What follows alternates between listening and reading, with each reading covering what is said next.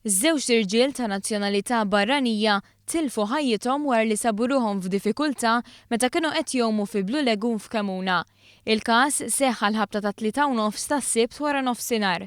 Wieħed mill-irġiel li teħet il-port tal-imġar b'dajsa privata filwaqt li ieħor teħet l-Isptar Ġenerali ta' Għawdex permezz ta' helikopter tal-Forzi Armati ta' Malta li ssejħu għall-għajnuna fuq il-post minnu fih.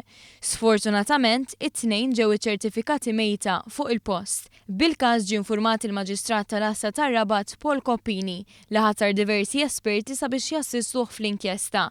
L-investigazzjonijiet għadhom għaddejjin. Ġuvni ta' 28 sena mill-imqabba li għal xi ħin kien jinsab fil-periklu tal-mewt qaleb għall-aħjar. Iż-żagħżugħ indarab fi splużjoni fil-limiti tal-Qrendi għal ħabta ta' sija u nofs ta' wara nofsinhar. Fil-ħin tal-inċident kien qed jagħmel xi xogħol ta' welding flimkien ma' missieru f'garaxx fit-triq is-Siġġiewi.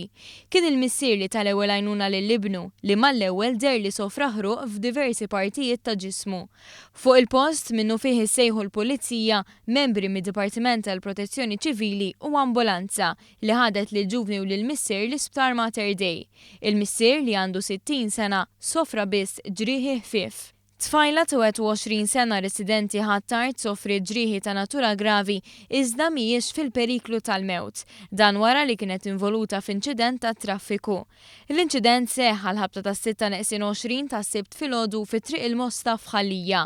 It-tfajla kienet qed issuq il-karozza tagħha lejn il-Mosta meta l xi raġuni tilfet il-kontroll u baqgħet dieħla f'ħajt fuq in-naħa l-oħra tat-triq. Fuq il-post isejħu minnu fih il-Pulizija u tim mediku illi ħalli t-tfajla l-isptar.